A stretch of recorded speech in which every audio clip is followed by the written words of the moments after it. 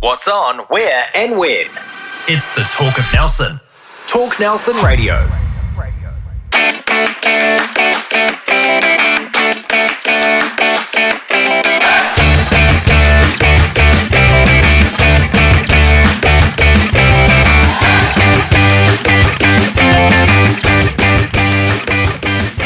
Welcome to Summer Sports, where we cover off what is happening in summer sport right across the Nelson Tasman region. Joining me is my co-hosts Les Edwards and Paul Bryden. Good to have you here, gentlemen. Lovely to be here, mate. Christopher. A slight change of scenery. The dart machines have been, we've been replaced with dart machines in O'Shedigan. So they were looking at putting them over here against this one. I know, but they decided to shift us on. But that's okay because now we've got a different outlook, and we're pretty happy here, aren't we? I think the bar. It's actually very smart in here, isn't it? Yeah, no, it's good. It's a lovely bar. Good. It's got all the facilities. Yes, anything you want. We've got our friends have the Hawk Cup, Hawk Foots Cup. We all get together and play a day tournament, and we need to be based somewhere. So we're going to come here. Good on you. We're going to have breakfast. We're going to come the night before, plan the day. Breakfast here, go do the golf, darts, and pool that night, and then the trophy will be handed over to the winner. So nice kitchen out there. Yeah. Outstanding. Yeah, apparently meals starting next week. So great. Thanks to O'Shedigan's on Bridge Street. Our special guest is Campbell Rollo, councillor at the Nelson City Council for the Stoke to Hunanui Ward. So congratulations on making it in, and welcome to the show. Great to have you here. Cool. Thank you, and thank you for having me. It's not my first time in O'Shedigan's, but it certainly is this time of the morning, and I must say, Sean and the team do a wonderful job here, and I received a number of emails from Sean when they were in the process of getting this pub up and running. Oh, yes. You know, I know there were a few frustrations there, but it's good that we can come here and people can enjoy it. Yeah, no, that's right. Do you actually have to show your ID when you come in? Because you do look quite young, son. He's got the youth look, hasn't he? He's kept his youth. I've actually shaved the beard, which made me look a bit older. Because I'm trying to do Movember, raise a bit of money for men's mental health and all that. Yes, so yes. I've got mine going. I do it every year. Clearly a lot better than I. Yeah, but grey though, that's the only problem. But now, well, on that note, and just hold that thought, just give me a sec here, lads. Lads don't actually know too much about this.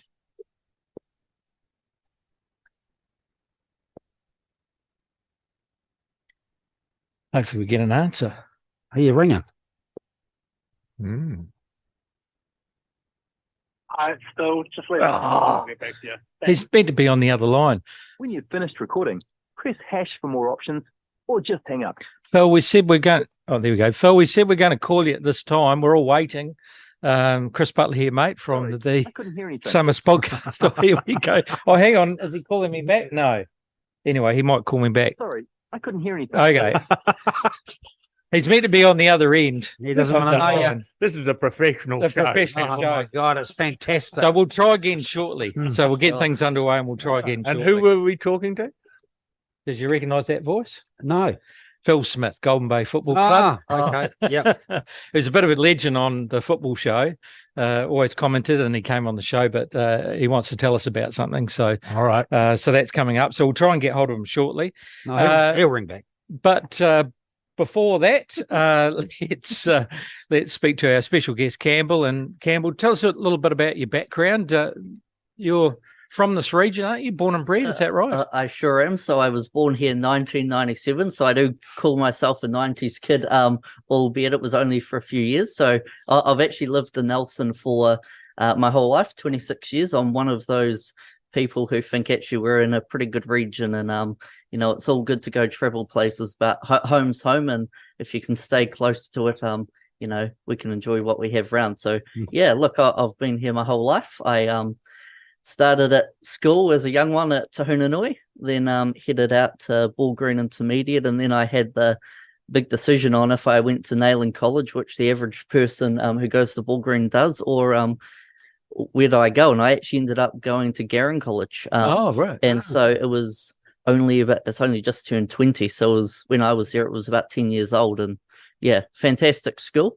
You know, we were only ever small on numbers, and it was interesting when it comes to joining the sport team, because there was only probably you and 5 others that showed up at the trial for the team. But we made our way through it, and that's what I did.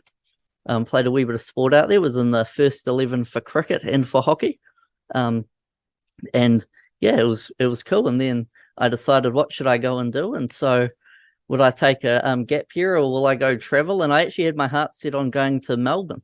And then back in the day, you find a bit of high school love, and so I said, no, I better stay around. So I put Melbourne on the back burner, and I took a gap year, and I'm still here, and yeah, now a city councillor and loving it. So Rollo's a very well-known name in our region. So, tell us about the family business, and were you actively involved in the business? Yeah, so in the 1970s, Nana and Granddad, I guess, told all the family, we're gonna we're just gonna go into the trade. And so it's quite a cool story, actually, because the way it was formed was they got a whole lot of people, friends, family, and they said, right, we're going to start a shop. And they started cutting keys, and they started fixing everything. And then all of a sudden they got a few contracts with suppliers to start selling stuff. And all of a sudden the shop at 12 Bridge Street was full of equipment, and they were selling stuff. And so it was like that for about 15 or so years. And then they become 2 separate businesses. And there's been a few businesses around it as well that have worked it. And in 2018, obviously the camping shop closed down, and at that time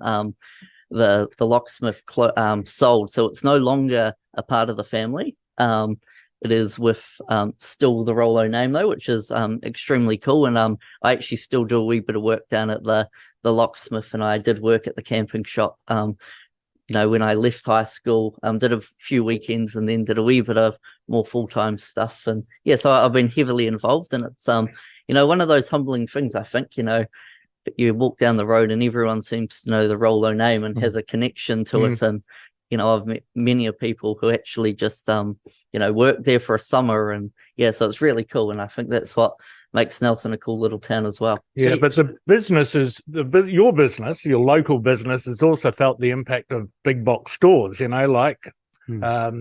The warehouse type stores, and Kathmandu and everything. So that's had a big impact on not only your store but the whole of the CBD in a way, hasn't it? Yeah, absolutely. And I mean, a prime example of that would be Rollos were one of the first suppliers of Macpac clothing and equipment. Right. And it was a roaring trade. And then one day the hierarchy of Macpac walked in and said, we're going to stop supplying small business because we're going out into the market ourselves. And Macpac's now it's still known nationwide, and it was all because of small little businesses that took them on board. That they kind of got their place. And you're quite right, the corporate of society have kind of taken over small business. And I see actually we've got a new camping shop that's just opened on Trafalgar Street this week, which is really cool. But sadly the corporate world and online sales have taken over. So small business will come back one day. And I think if we always remember our roots, and if you walk into a smaller store, you seem to have a better experience than you do at a big box retailer. So well said. So you're right into your sport. Yeah. How are you related to Michael Rollo? So he is my dad's cousin. So my grandfather's sister is his mum. Oh, okay. Yeah, and so that's how that works. So we do have a small connection. I am heavily involved in sport, so I play wee bit of football, 4th division football for the Sprig and Fern Tahuna FC. A shout out to the Sprig and Fern as well. I know they'll probably be watching. So Sam, there you are. Enjoy my 3 pints soon. And I also play a wee bit of hockey for Stoke. I did play for Tasman. And then what happened was a few years ago, Nayland College decided to be a club, and so Stoke lost a lot of their younger talent. And I said, well, hang on, I'll move over to Stoke. And it was quite cool because that's where Dad, Uncle and Granddad actually played a wee bit of hockey too. And so did that. I played a wee bit of cricket at high school, but then I worked out actually I'd prefer my weekends not just sitting on the cricket field, although it's still a wonderful sport. So your job full time now? You haven't got a job. You're just a counsellor. So I still do a wee bit of work at Rollo's Locksmiths. Oh, okay, yep. And so I split that between doing a wee bit of council work as well. And you're a counsellor for the Stoke to Hununui ward. Yep. You managed to pull in about 1,800 votes. The last time you went for council, you got 5,500. You didn't make it. So this new system obviously worked well for you. I tell you what, people say they don't like the ward system, but I think it's the best thing we've ever done in the town. But I think it's while the ward system's probably got its pros and cons, actually it allows councillors to be pretty loyal to a certain. While they're loyal to Nelson, a certain part of the community, and I try and be as active as I can in the Stoke and Tahuna area. And actually, I've just done a wee bit of work helping out the Stoke Rugby Club, and which has been really cool. And we've just been able to announce that they've now got a 12-month lease of their building at the Green Meadows Centre, and it's going to have a really good impact on the community as well. And so, it's doing things like that with sporting codes, as well as other events in the community that I enjoy. What about the old Tahuna grounds? They have a lot of problems with flooding. They sure do. A lot of water down there, and it's been an issue for years and years and years. What's happening with that? So, actually, last year when I was prior to me being on council, I was on the committee of Tahuna FC, and when the flood happened, they worked out actually that surface flooded awfully, and they did some testing on making a new surface there, so ripping up the ground and putting a rock underground on it. And the time they had got to the end of the process, they worked out it was going to cost millions to do, and so it kind of got left on the back burner. And so between the surface flooding, cars driving over it like there's no tomorrow, and I guess a lack of lighting, it's kind of been abandoned there for the last couple of years. But I know that Maris Rugby and Tahuna FC are well utilising it. I know Maris went back there earlier this year for a couple of games, and at the same time there was football on, and it was just awesome to see sport all across that field. See, that's my problem when it comes to facilities in this town. Nothing happens, and I look at Neil Park, Guppy Park, Tahuna, Green Meadows to a certain degree. They've been neglected as far as I'm concerned. I've been living here. Well, I've been out of town for a while, but I've come back. So I'm 60 now. Nothing's changed.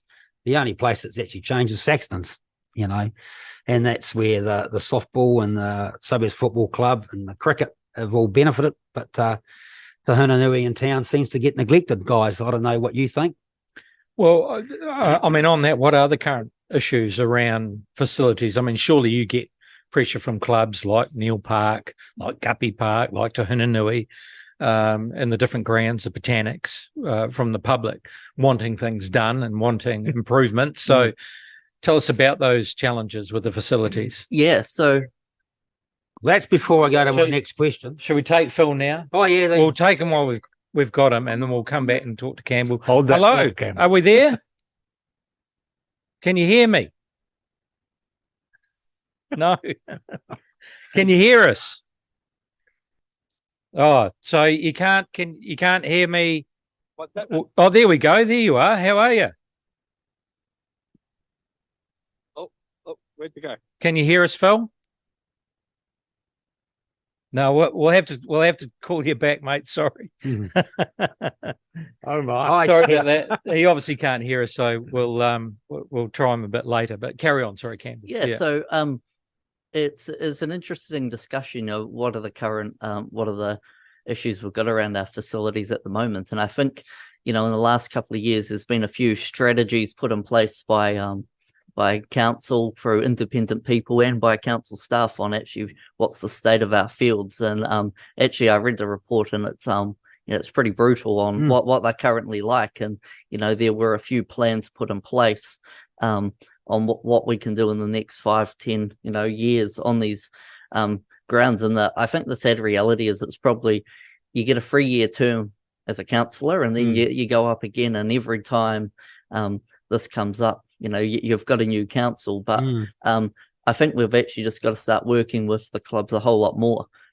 We often get told at council there's a operational level and there's a governance level, and I think the governance need to have a bit more oversight onto working with sporting clubs. And I remember sitting down with actually with Les and a few of the other rugby teams just a couple of months ago, and we said, actually, you know, I want to help you guys out. How can we help? And so we've got that. We had an issue at Sexton's Field the other day where come September we were due to do the maintenance of all the football fields, and they'd gone and booked in a few representative tournaments, and all of a sudden we lost that window of opportunity to do the maintenance, and now we're looking to, well, when can we do it before the season starts next year? And of course we've got an interesting climate here in Nelson locally, so you can only do it in certain weeks and certain months, and so, you know, we've kind of got to have a bigger discussion on what we do with these these things. Left hand has to talk to right hand. Well, I'd have to concur with that, because I know there are a lot of departments, but I remember organising Nelson Bike Fest, and right in the middle of it, forestry closed the road to cut down the trees, which were council-owned trees, in the middle of the event. So no one was talking to each other. No, you know, so one department had organised this well in advance, and fair enough. But on the community side, it was a council-funded event too. They had organised the copper mine. So, you know, there does need to be a lot more forward planning and talking to community organisations about those longer-term prospects, because it often is that left-hand, right-hand scenario, isn't it? Yeah. Exactly. And I think one of the actual things we can be pretty grateful for in our community is actually, I've seen in around the country in the last 12 months actually, is sporting clubs and councils. They can become quite a political and a hot potato as such in terms of dealing with each other. And just earlier this year, council in Wellington weren't interested in doing much maintenance to the grounds, and so the sport clubs kicked up a stink, in my view, rightly so, and said, well, we're not going to pay any fees for using the grounds, and in fact we'll just keep on using them until you do something. And I think while we've got issues locally, I think the sport clubs do a pretty good job of, keeping themselves, well behaved, I guess, and not, being too political about it. And I think we can be grateful for that. But actually, we've got to move away from talking in silos and start working together.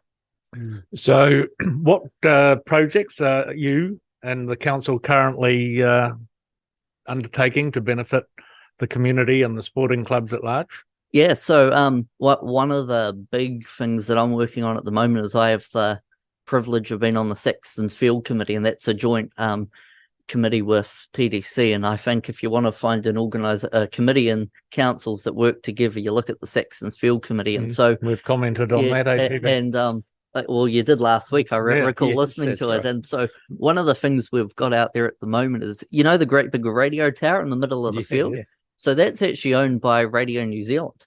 And so is about 7 acres of Sexton's Field. And so we're in negotiation at the moment with Radio New Zealand on purchasing that land and what the future of that holds. And I mean, we've always been able to use it and have access to it, but they've just had a great big tower there and a whole lot of cables under the ground. And so we're working on that, and hopefully early next year we'll be able to have a bit more of an opportunity there to enhance it. Sexton's Field's got a lot going for it at the moment. We're in the process of getting some quotations done for a baseball diamond out there, which will be really cool.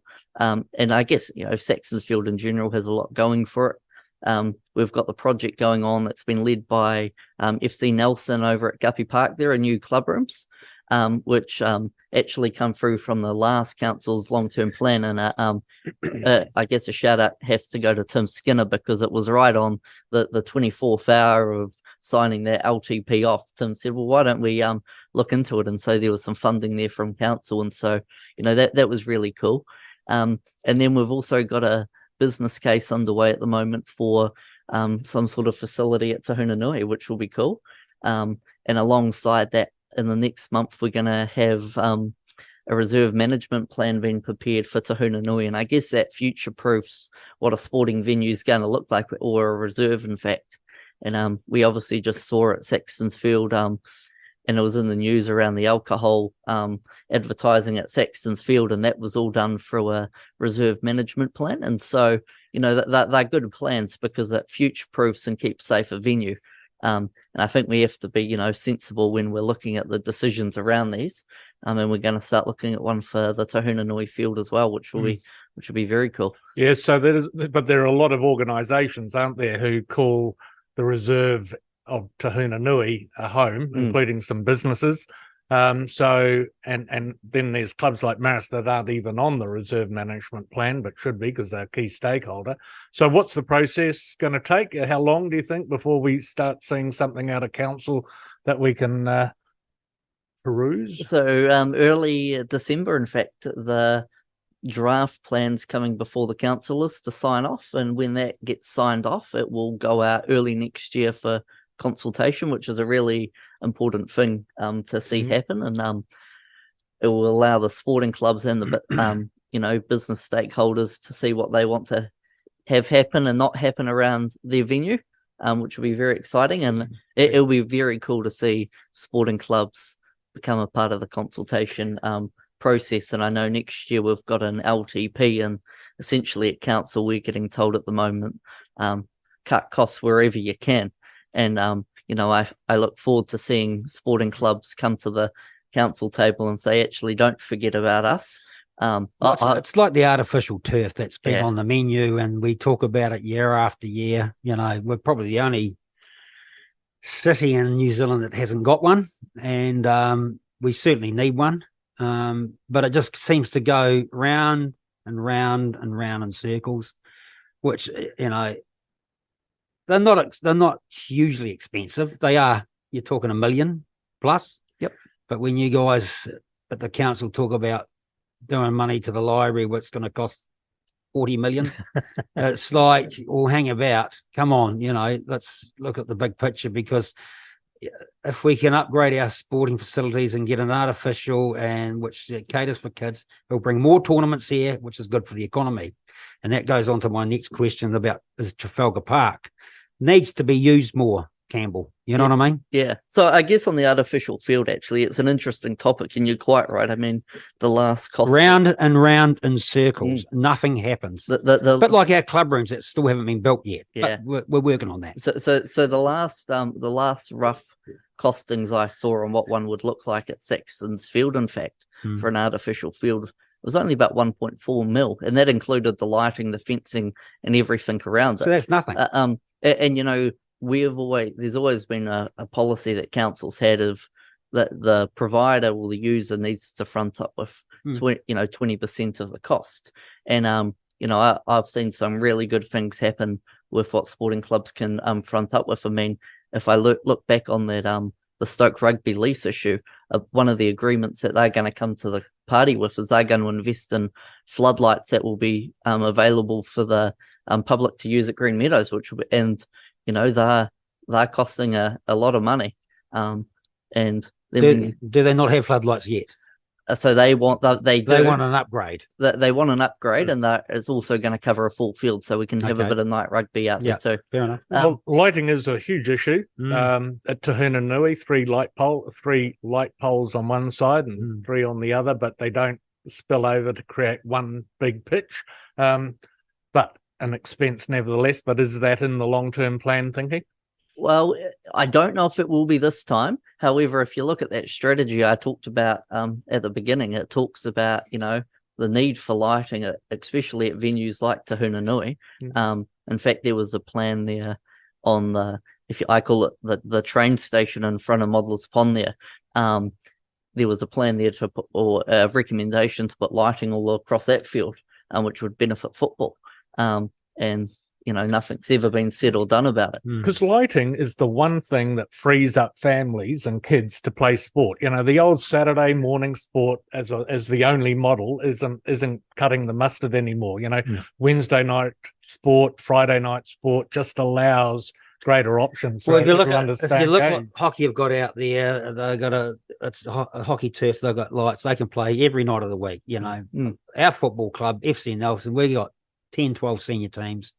We've got one pitch. That's right. And the state of it in winter is just a shambles. So we got to we're going to beg by steal and borrows with the college using their artificial sort of things. I mean, So it's the largest sporting club in the top of the south, Yeah. and it doesn't have a club rooms, and it doesn't have proper training No. facilities. But you know, I realise what he's saying, and we Yeah. want all that, and it's like we're going to front up with the money. it has to be a partnership. Can we not pay you back? Well, I mean, it just has to be that the club just have to have a bit of a vision and go, right, this Yeah. is where. And I mean, you talk to the funders, and you know, there's some big business in Nelson. Yeah. And you know, some people that have got some pretty deep pockets, and you know, I'm pretty sure they're willing to come to the table as No, well. You know, I agree. You look at the cricket pavilion at Saxtons, and there were some, you know, pretty generous donors there that were, you know, simply just people in the community. Yeah, because the thing at the moment is that there seems to be a lot more care around the taking care of the grounds during the winter period, because you know when we were growing up, we'd be training in the mud, we'd be playing in the mud, and I guess each weekend it would be a mud bath. So but we just seemed to get through it and then try and repair it, I guess, for cricket, or couldn't play it on it if it was getting near. But so now if we've got half the season where we can't even train during the week, that's where the artificial turfs come into play. So not only do we get training during the week, we can get multi-purpose usage out of different clubs and organisations. And like hockey, if we've got lighting, we can use it, you know, day and night. And also, you know, some facilities talk about a box that turns the lights on. Mhm. So each time you use it, it might cost a nominal fee, but the coins go on, the lights come on, you know, for a certain period of time. So it does open up a whole lot of flexibility. Notice college has got an artificial turf up there, and also obviously NMIT, but you know, they're getting bombarded with inquiries from sure. local community groups. So to me, Guppy seems the ideal spot, and they, I think, need one either Tahuna or Saxton as well. So Yeah. the feedback I get on these artificial fields is, if you're going to build one, you might as well build two at the same time. Well, because, exactly. Yeah. And I mean, I haven't got a problem Saxon had one, but Chris is right. Guppy should be one. I'll tell you why. Rugby can use it. I'll tell you why Saxton should be one, is because it's a 50-50 venture with TDC and NCC. Actually, we can get a wee bit of money out of the Richmond folk as well, and it's always a question we're having at council. I mean, we're just talking about boat ramps before, and actually how many of the people that use the boat ramp at Port Nelson live in the Tasman region, and how do we make it a regional facility? And I mean, if you look back at what hockey's done in the last 10 years, and invested in a couple of brand new hockey turfs. I don't know if I'd want to play rugby on it, because even playing hockey on it in your fall, it hurts. But just this year we had one weekend that got cancelled because we had a storm here in Nelson. Within 2 weeks, all of those games that were to be played over the weekend had been played during the night. And so I think there's a real big need from it. And I actually think, we've got to stop making it a political thing and actually go, should we just put a bit of money into a ground that's not going to get vandalized because people are, standing on it if it's a muddy ground? The last 3 years and 2 years ago, I counted every weekend where sporting teams weren't using their fields. I didn't do it this year on the basis of I was often the one getting the phone call going, why has council closed the field? But last year was horrendous. Yeah, well, we were averaging 13 weeks of the winter season that the grounds were closed. And when you're playing an 18-week season, there's not much use of a ground. And the reality is there's still a fee that gets charged out to these clubs for the use of the field. And half the time they're not using it. Do you agree that Trafalgar Park should be used more? Absolutely. Honestly, I drive past there just about every day. There's no one on it. Well, never gets used. Well, okay, the Marcos are there. They have 3 games a year. And do you get the club final there, Les? Yes, we. Well, that's unless you're not in the final. Yeah, last couple of years. What I'd like to see with Trafalgar Park is there should be football on it in summer. It's a nice surface. It's got good drainage. In the winter, Nelson Club and Rugby and Marist Club, it's their spiritual home. If it's their home game, at least 3 games on a Saturday there. Get some kids on there, get a curtain raiser in the main game. The field is outstanding. I guess I'm interested to know what Nelmac say to you about why there is not more usage Oh, of yeah, it. yeah. Like, Well, I stay off it. yeah, well, I mean, I think it was you and I, Les, having the conversation where Marist were having their Unity Day earlier this year, and you're allowed I think it was the Bs and the As to play the game, but no one else, the rest Not the had to, women. not the women and the kids, because Yeah. you'd been told by Nelmac you're only allowed 2 games a weekend on the ground, and I thought, well, due respect to the kids, I don't think they're going to make a big mess of a ground. And then Nelmac's very quiet on why it has to be used. I think they kind of say, well, it's just there for Tasman rugby, got to look good for the TV, but it's costing it, costs millions of dollars a year to have it sitting there, and people are applying. Can we come there and say we want a game? And See, Les, Yeah. I know you want it for Saturday. What I would like it for Friday night Yeah. football. Yeah. Football doesn't cut up the pitch like rugby do. We don't have to move the post. We can bring the goals on. Have Friday night football there. Club rugby Saturday. Marco's end of the season. yeah, It's a no-brainer. it's considered a park. It's not a stadium. It's a park. Hmm. And so if you want to go down there this afternoon with your beach, I'm allowed to go. you know, If you're a ratepayer, you're allowed to use it. Yeah. Yeah, exactly. yeah. So look, I think we need to use it a whole lot more. I was in an event earlier this year with Sport New Zealand and a few people from local government, and the mayor of Christchurch got up and they said, well, what's your vision for your town and sport? And the mayor of Christchurch got up and he simply said, we want to be the best, we want to be the sporting capital of New Zealand. And of course, they're spending millions on a brand new stadium there. And just this week announced that they're having a 3-year deal with the Warriors. But whatever sport, be it club, provincial, international, Christchurch is saying, we want an open door policy. Come on down. I would love to see that sort of stuff happen here. It's got great potential. Very good. Interesting. So, I mean, there must be something around ground provision or keeping the grounds in some sort of good order, which does open it up for the fact that we need artificial forward training facilities. Yeah, if you don't do your maintenance program, then it is going to become inefficient as a playing venue. But So they must get told, must get told of a certain standard for NPC they have to adhere to. So, if you don't reach that standard, then the National League is going to come down on you. And then there's the other factor around rugby may argue, well, hang on, look how much money we put into it. So it's on one side, it is a community facility that we all should use, and we've had that argument for 25 years. We used to play cricket on it, and we should do that. But there is this thing around the quality of the ground, and there's also going to be an argument around money. yes, I can guarantee it. So it's user pays, isn't it? Oh, so absolutely. so there has to be as you point out, there has to be an overall community understanding that other community groups want to use it, need to use it, but there has to be an understanding too that we have to figure out a way of how we can help and work around it, and also help financially. So First it and needs to be a foremost- bigger First and conversation. foremost, Trafalgar Park is a rugby ground. It is. It's in writing, right? But I've got no problem in other people and other codes using it. For example, football on a Friday night.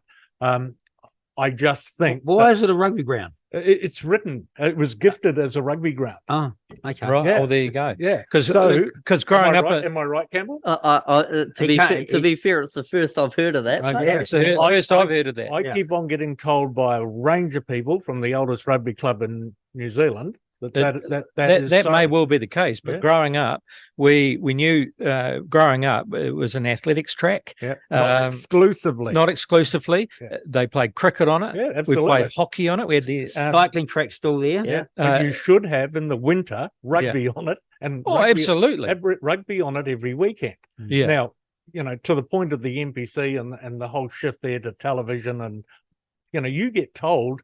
I'm sure TRU get told around about end of June, early July, that they've really got to control the load on it, which means there might only be one game on it on a weekend. But where are the priorities? Community or, Yeah. So it's a professional thing. It is a discussion anyway. But And I guess if I can add one thing to that, and all due respect to the Marco, great team, and I think the town always gets behind them, but with what the MOU they have with Marlborough, essentially we're only ever playing 3 games, Correct. unless we make the playoffs here. Are we going to allow 3 games of football, rugby, whatever else wants to play there? I once played cricket there. In fact, I hit the running runs for Ball Green Intermediate. It was a edge that ran off to the boundary that wasn't that far away for 4. Final ball of the game. I'll never forget it. The thing is, Campbell, my point is the maintenance which they spend on that stadium, you could play it all year round. You could have football, rugby, club rugby, Marco, as long as you pay. That's up to scratch. How many times have they resurfaced it? That's got. Well, there was what's- Rugby what's- World Cup. There what's was un- rugby. and what's underneath subsequently, there? and subsequently, Yeah. because and so when the rugby test pitch was meant to have a 10-year life, but it needed to be repaired well within that time frame. The test was in 2018, so I think it's been resurfaced subsequently.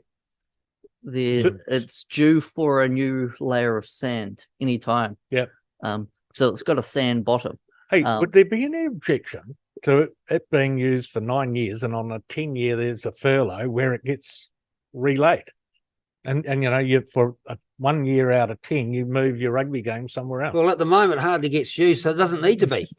No, but I'm saying if we got what I mean? if we got heavier use, Yes. there has to be maintenance. Yeah. That's Well, what we have to put That's that where I into, jumped yeah. to. into that factor. And I think, there's obviously New Zealand rugby's going to have to make a call on what provincial rugby looks like, because, we saw 5 people watching a Ranfurly Shield game in Wellington earlier this year. And so provincial rugby is going to have a discussion what the future of that looks like.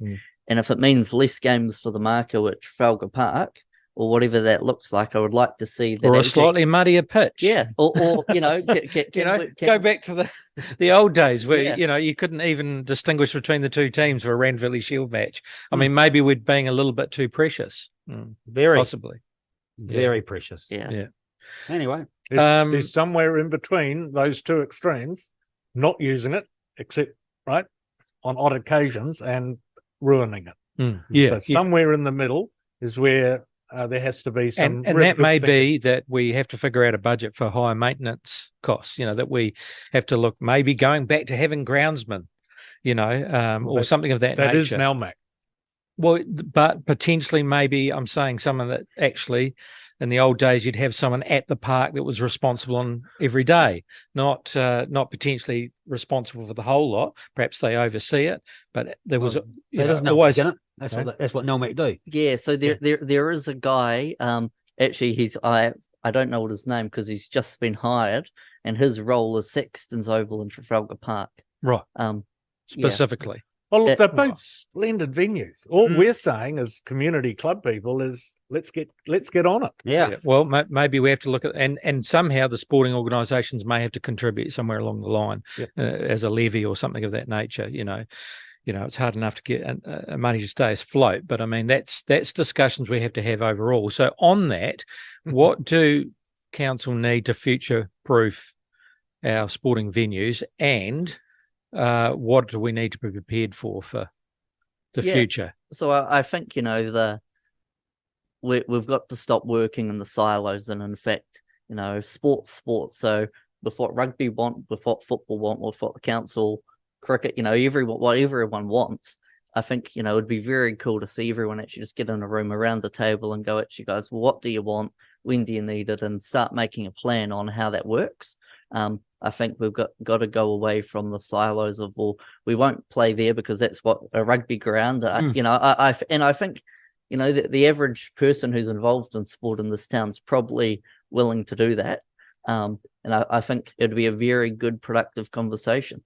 I think sporting organisations, what they need to be prepared for is obviously at council at the moment. The reality is we're getting told to cut costs in all directions, and for some of that will highly likely mean less maintenance of grounds. But at the same time, I think Nelmac and the ground staff need to be, pretty bit more adaptive to what the sporting clubs need. Next year we've got an LTP, a long-term plan at council, so that's what do we want to see happen in the next 10 years? And it would be very cool to see sporting clubs come down and I got no problem Yeah. taking my ma down and cutting Guppy Park, son. Well, you know, Yeah. so that Yeah. was another point that came up with football is, there's always been an issue about the Why cut the grass on Tuesday cutting when the the grass game's on Saturday? Yeah, exactly, and all of that. So grounds aren't mowed and blah blah. But we've gone away from the clubs taking responsibility for their own grounds, like Mike Ansell doing the lines at Botanics Yeah. and rolling and mowing the cricket pitch. And at our football grounds, we always had a local club member that would do it. Now that could be overseen and helped out by Nelmac. Not trying to take business away from you, but if we're going to be cutting costs and maintenance, then why not have the argument around clubs taking back some responsibility? Retirees would take pride in it. Duck has to do the softball grounds, doesn't he? And he's president. So we're up here too much. Perhaps we're trying to be international facilities, whereas actually what we need to be is community facility minded. Yeah, and I mean, I think I look at one of the questions we were going to ask is why, did I stand for council? And I always look back as actually, in my view, council in the last few years has got so far away from the community. It's not funny. And I said, we need to change that. And I've had a background in a bit of sport governance, a wee bit of governance on the outside as well. And I thought, well, as a, relatively young person, it would be quite cool to see council and the community go on a journey together. And if we can, work with sporting clubs a whole lot more, I think it'd be exceptional. And I mean, we've got plenty of good people that are life members of clubs who are there every week just to make sure the wickets are put out, the nets are up, and they would love to paint the lines again. All right. So if you call that meeting, can you organise that, Cam? allow 2 days. I want Friday night football, just 7 games. All right. Well, you'll have to get a whiteboard saying wish Quite list. prepared to share it with rugby. They have it Saturday. We'll have it Friday night. We'll do a wish list. I tell you Quite what, prepared to share it. I suggest we have that meeting in a pub, and then we'll have a couple of drinks. No problem. And then we'll see how the meeting goes. Sooner rather than later. Cut out the red tape. Get it done. I'll see what I can organise. Been a pleasure, Campbell. Yeah. Yeah, hey Campbell, thanks very much for coming in, mate. It's awesome and interesting because normally we interview presidents of clubs and coaches and that kind of stuff. So when Bridie said, "Hey, why don't we get you in to talk about grounds?" Well, it's a major discussion amongst sporting clubs, and it's a big part of the sporting community. So it's interesting to get insight into those issues. And thank you very much for coming in and giving us some background. Thanks for having me.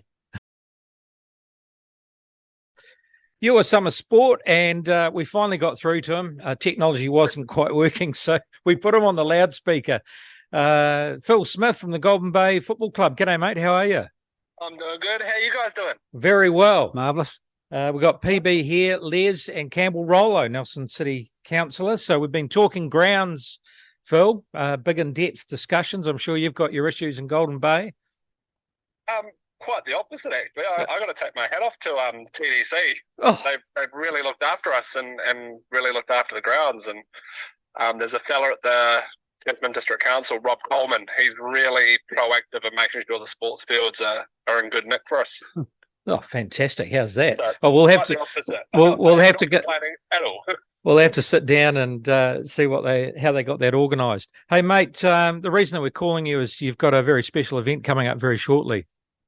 Yeah, that's right. We got well, it's Movember, so Movember New Zealand, Movember in general is about men's well-being. So it's a combination of mental health, which is near and dear to my heart, and then prostate and testicular cancer, and they're all things that can be avoided now if you get checked regularly and make sure everything's working the way it should.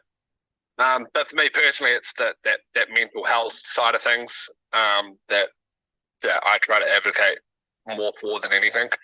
So it was kind of, how do we raise money for this?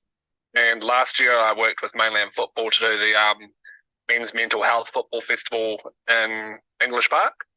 And this year it's like, well, let's do something locally as well that works sort of. So we teamed up with Mainland Football, so it runs alongside. And I thought the most bizarre way would be to do like a marathon. You remember the old telethons? Yes, yeah, we remember those. Yeah, it's kind of taken off that. Well, let's have a 24-hour game of football. Oh, And wow. let's make it futsal and do it indoors. And yeah, so we're going to do that. We're going to go for 24 hours. We start on the 25th of November at 7 in the morning, and we'll go through till 7 in the morning on the 26th. Gee, so where's that going to be held, Phil? That's at the Golden Bay Rec Park Centre. Okay, so how do people get involved? They can email me at president.gbafc@gmail.com, or just message us on Facebook. Or turn up on the day. Just turn up, support it. If you want to have a bit of a run, we'll sub out and you can have a run. If you want to promote it, if you want to take a jar around and collect money from people, whatever you want to do it's trying to be a solution-based problem for men's mental health. I struggle with my mental health at times and still struggle to reach out when I'm feeling really crap and really down. Like I have to really remind myself that I need to talk to my wife or talk to my mates, or even like Campbell there, the famous counsellor. He, one of my best mates, and I would struggle to say that I would talk if I'm feeling down, but I know that he's there. And it really is just making sure that we're looking out for each other and putting that into practice. And not just sport, but specifically we're a sports show, so we'll talk about that. It's very, very important to let your club members know that you're always there to have a chat to anyone and look out for each other, and just remind each other that whatever the problem is, it can be sorted out. So Exactly. So it's just a good and so you might be feeling crap now. It's not going to last. It's only for that little period of time. And, there's heaps of tools out there in the toolkit to help you get through whatever you're going through. But I know what it's like. Like, I could be thinking, man, I could really do with talking to someone. I'm flicking through my messages to see who I could talk to. And it's like, I don't want to burden anyone with my troubles or anything like that. But you're not. Yeah, that's right. It's okay to not be okay. And your mates are there. They will tell you, look, it's not as bad as you think. We can help you through this, Yeah. And even this football season, we had the Hope is my homeboy on the sleeves of kits and on the back of shirts and stuff. And I know of 4 people in the last football season where just having that there started a discussion, which led to people stopping at training saying, look, guys, I can't do this. I'm not in a good headspace. Yeah, right. And, Okay. that's so important that we're doing that for each other. Yeah. And great for the spirits to all get together and have some futsal and raise some money. Yeah. Oh, and just have such a great time doing it. It's going to be a huge, huge event. And businesses are really on board with it. MBS in this region, I don't know of anything that they wouldn't really support. No. And we're very lucky in Golden Bay. Dean at MBS is he's a true champion to anything that sounds like it's going to make a benefit on someone's life. He'll throw everything in that he can, and he has. He's really backed this. ITM have given us some stuff that we can use to do a raffle or an auction, and there's some other good giveaways that are coming in. So, it's going to be a load of fun, and it's about the spirit. So the game of football or futsal itself is just the tool in the toolkit, and it's mates hanging out, and we can really talk about our experiences or not talk about experiences, just have some fun and just, it's just bringing everyone together and just removing that stigma that comes with mental health and depression, and, just really making sure that we're looking out for each other. Good Well, stuff. you'll need a few players, Phil, then, so you need some people to travel over the hill to get involved. I think what I would really love is for another club to say, hey, look, we've got a team. How about we bring our team over and we'll play a team from Golden Bay for 24 hours? Yeah, I think that would be, Why don't you get all the clubs involved, and they can play for an hour there, then have a break, and then someone else can play for an hour? Might be a good idea. Exactly. Yeah, Wakefield, everyone, suburbs, Richmond, Mapua, Mott. I did put it out there, Yeah. and it's going to be released pretty soon. Okay. So I did say that if someone donated $5,000, I will play for the whole 24 hours. Holy hell! Jesus, that's And someone's donated $5,500. my good. God. Oh, they haven't, have they? The whole 24 hours. Right. Thankfully, I'm a goalkeeper, so I'll just So, have it. Yeah. So have you got? Well, I was going to say, have you got an ambulance close by? Mm. Yeah, well, the medical centre's literally just over the fence, pretty much. So we're in a good spot, and the Rec Park Centre's got a bar, so Yeah. Oh, good on you, mate. Hey, thanks very much. Just remind us of those dates and times again. So it starts 7 in the morning on the 25th of November and goes through to 7 in the morning on the 26th of November. At Golden Bay Recreation Centre. Golden Bay Rec Park Centre. Okay. Awesome. Golden Bay. Thank you very much, Phil Smith. You're a legend. All right. Good on you, mate. Thanks for calling in. Happy belated birthday there, Paul. Oh, yeah, no worries. Yes. Yeah, all good. Thank you. One step closer to that gold card, isn't it? Yeah, well, that's right. I'll just keep going. I made 60, so we'll just see. We'll just soldier on, son. Yeah, bro. Yeah, that's the way. No worries. All right. Cheers, Phil. Awesome. Thanks, mate. Bye Bye-bye. Like, Well, there we go. Phil Smith, Golden Bay Football Club. So I thought we'll do that as a bit of a surprise, but yeah, great cause he's doing over absolutely there. legend. Yeah, Absolute he is, legend. isn't he? He's a great guy. Unfortunately, he's leaving town, though, isn't he? Well, Next yeah, I year. thought he'd already gone. So, No, but he no, still I think keeps he's going April, he said, or something. right. Moving to Queensland, so Right. that could He- change. He might be limping out Yeah, for that's 24 hours in goal. I would say so. Yeah. I tell you what, you won't find anyone more loyal to a sporting club, and I think he's really put Mm. Golden Bay on the map Yeah, he is. Yeah. over there. So We call him the mayor of Golden Bay. Yeah. he should be the mayor of Golden Bay. Yeah. Give him the keys to the town. Yeah. All right, your summer sport, and let's get into some things coming up. Nelson softball and the draw on Saturday at 10 a.m. We've got the USC Astros taking on Waimea Intermediate. The Diamond 1, 12 o'clock. Marist Wairua, Letters Club taking Go, on ladies. USC Blackhawks, and 2 o'clock. That's the Purple Eagles versus USC R&B. That's in the senior women's competition. Diamond 2, 12 o'clock. The Stoke Eagles taking on USC Cardinals in the senior men, and 2 o'clock the USC Titans taking on USC Pirates, and that's 2 o'clock Diamond 2. Saints Rams have got the bye for the weekend. They're from Blenheim, so we're ducking last week. Got a great facility out there, and good luck to all the teams this weekend. Senior cricket, and Paul, you've got some results there. Well, from day one. You bought the results. Yes, I did. I don't know where you got them from, but Wakatu New World 5 for 97 off 35 in progress against Athletic College Old Boys. So did it rain there or something? Yeah, don't know. They just 30, haven't got- 35 overs out of 50. So, yeah, it must have rained last weekend, did it? I'm trying to think. I thought it was a beautiful day. I can't I remember. don't know. Yeah, it was. Yeah, great maybe day. everyone slept in. But then Wolves, the Wanderers march away against Waimea Toy Premiers. Looks like Wolves are all out for 183. Yep. And then looks like Waimea were all out for 81, then had to follow on and a 5 for 59. Jeez. Not a Okay. good day for the Tigers.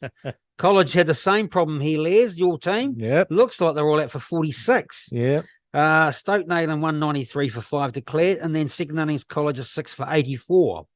But don't quote me on that, but because that's Oh, well, that- I'm praying for rain on Saturday. yeah. Well, that was off the Nelson City Well, that should Nelson be right. cricket website. So Well, I hope I've said that right. But I normally ring Mark Gill and get the results of Yeah. him, but I completely forgot. Sorry. that's fine. That's fine. We've Yep. got you covered. Yeah. Campbell, I've adopted Nelson College as my cricket club because I've never played here. So, Absolutely, and I think if I can, a little shout out to Greg Hay, the Nelson boy who plays for the Central Stags, just brought up he's just today, Oh, in yes. fact, up 100 first class games for Central, and if my sporting knowledge is any good, he's probably the first player from Nelson to do that at first class level. So good on you, Greg. Yeah.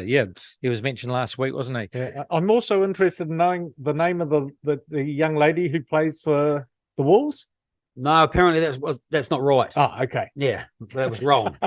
Wrong piece of information. Yeah, wrong piece of It's information. it's a professional show. Yeah. isn't it? Well, the Bush Telegraph and the websites don't always seem to add up. But I've But you seen know, social media posts from the Wolves. Yeah, and, I know. and What I'll do, like I'll go cricketer in back. it. I'll go back to Glenn Bloomfield. He'll give me Yeah. the information. All right. We'll bring that next week. information is a bit sketchy at times.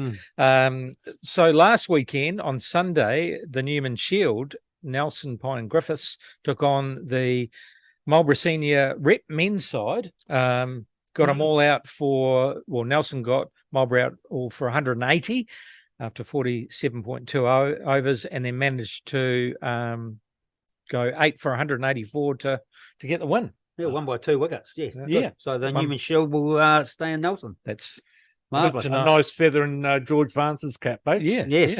I think that might be his first rep game. Mm.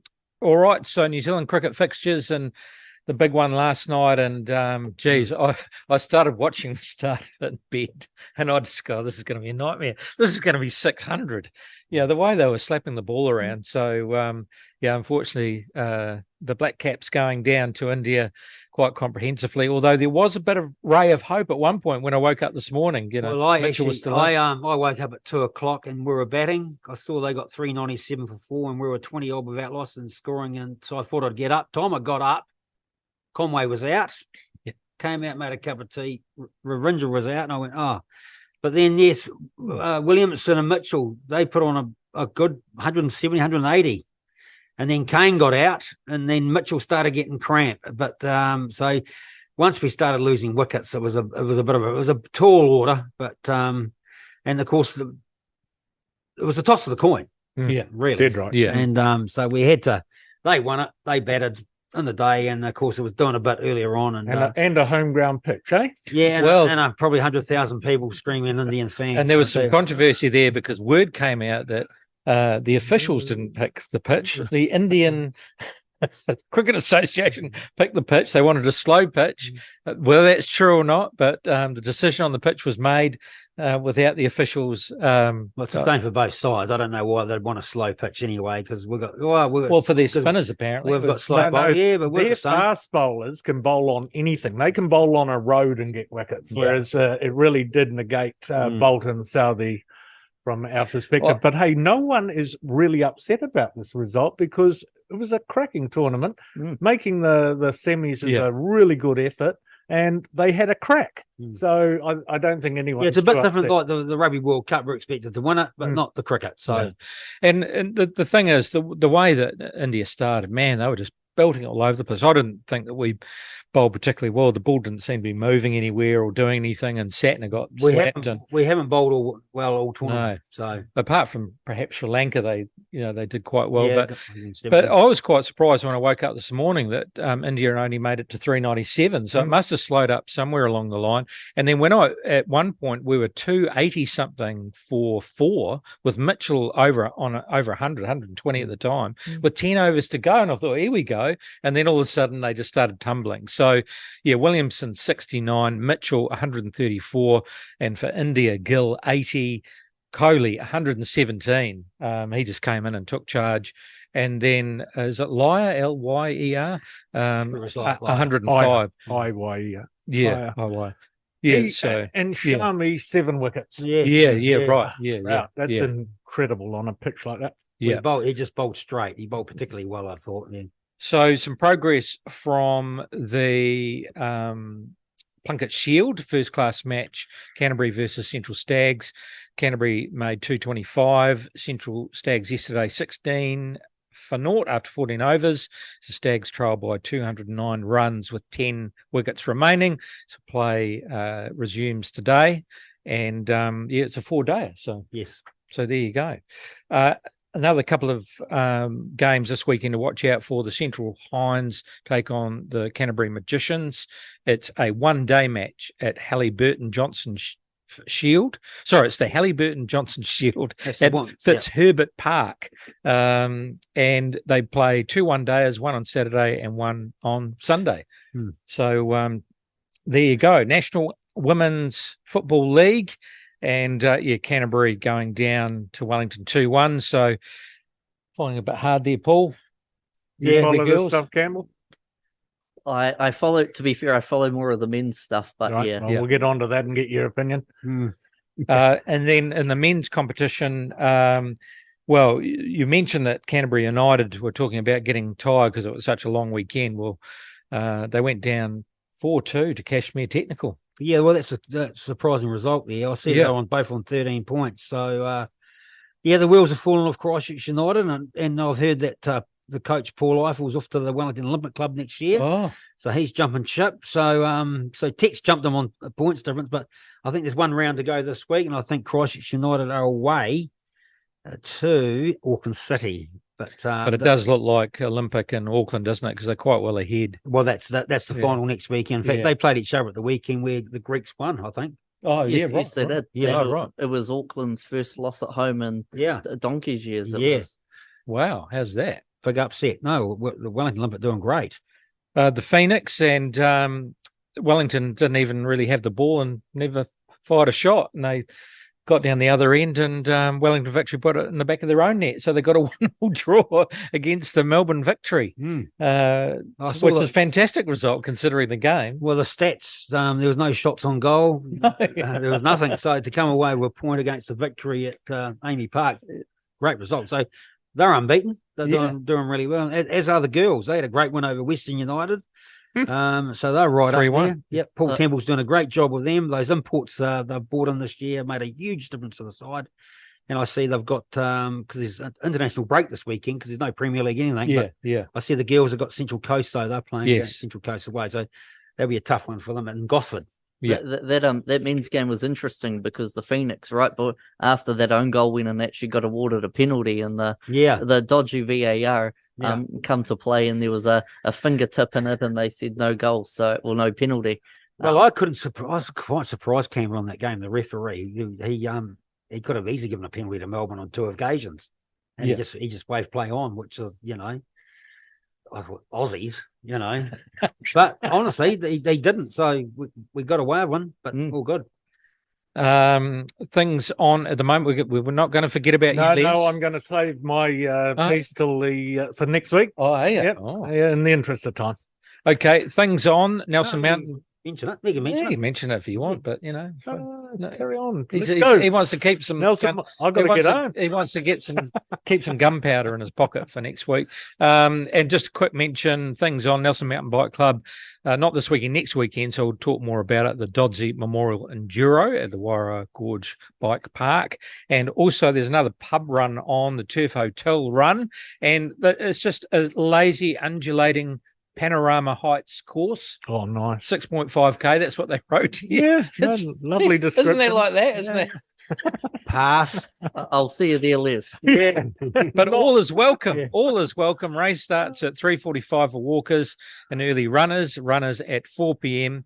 You meet at the turf. So there I you can go. tell you though, there will be a lot of people there. Yeah. Yeah. No, it's great. athleticsnelson.co.nz.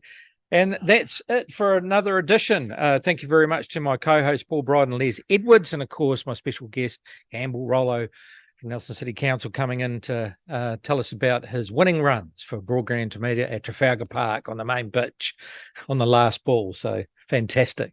You have to frame that. I'll never forget it. No, you haven't, have you? If you have summer sports notifications or you need to ring in, just leave your comments on our Talk Nelson Facebook page. Thanks for listening, and we'll talk to you again next week.